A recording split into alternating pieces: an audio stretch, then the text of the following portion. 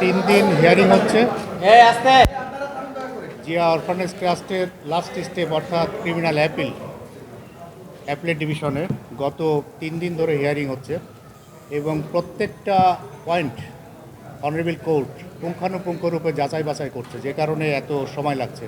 প্রত্যেকটা মেরিটের পয়েন্ট এবং ল পয়েন্ট প্রত্যেকটা যাচাই বাছাই চলছে এখন পর্যন্ত। তো আজকেই হয়তো শেষ হয়ে যেত, কিন্তু শেষ মুহূর্তে একটা ডিটেক্ট হয়েছে যে একটা আপিল ইতে নাই, লিস্টে নাই, যেটা হিয়ারিং হয়নি। সে কারণে আবারও আগামী মঙ্গলবার এটা পার্ট হার্ট হিসাবে আসবে, কারণ ওনাকে তো শুনতে হবে।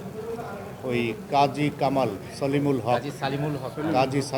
সালিমুল হক কামাল উনার আপিলটা বাদ পড়েছিল, যে কারণে আগামী মঙ্গলবার আবারও হিয়ারিং হবে। আর এখন মেরিটের কথা বলতে পারবো না, যেহেতু এটা এখনও রায় হয়নি এবং পেন্ডিং অবস্থায় আছে। এই মেরিটে কোনো কিছু যেগুলো বলার সেগুলা রায় হওয়ার পরে বলবো। শুনানিতে আমরা দুদকের পক্ষ থেকে অ্যাকচুয়াল যে ফ্যাক্ট তাকে 2টা পার্ট করে দিয়েছি।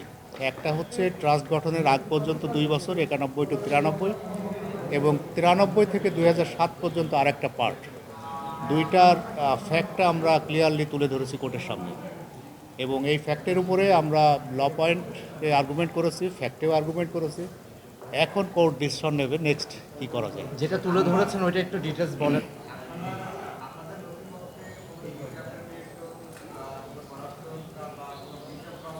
এইটা আসলে কোর্টের রায়ের আগে এগুলো বলা ঠিক না, কারণ এগুলা কোর্টের না। এটা আপনাকে চিন্তা করতে হবে যে কোর্ট কী চিন্তা করছে। আমি হচ্ছে ইনফরম্যান্ট পক্ষ, আমার মুখ দিয়ে একটা কিছু বেরোলে সেটা রায়ের উপর প্রভাব পড়বে। এই কারণে কি বলেছিলেন যে 91 থেকে 93 পর্যন্ত এই সময়টা যে টাকাটা সেটা কোর্টের কোনো কিছু এখন 91 থেকে 93 এটা হচ্ছে ট্রাস্ট গঠন হয়েছে যে 93 সালে।